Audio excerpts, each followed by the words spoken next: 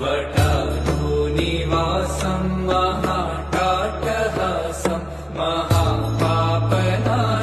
सदा सुप्रकाशं गिरीशं गणेशं सुरेशं महेशं शिवं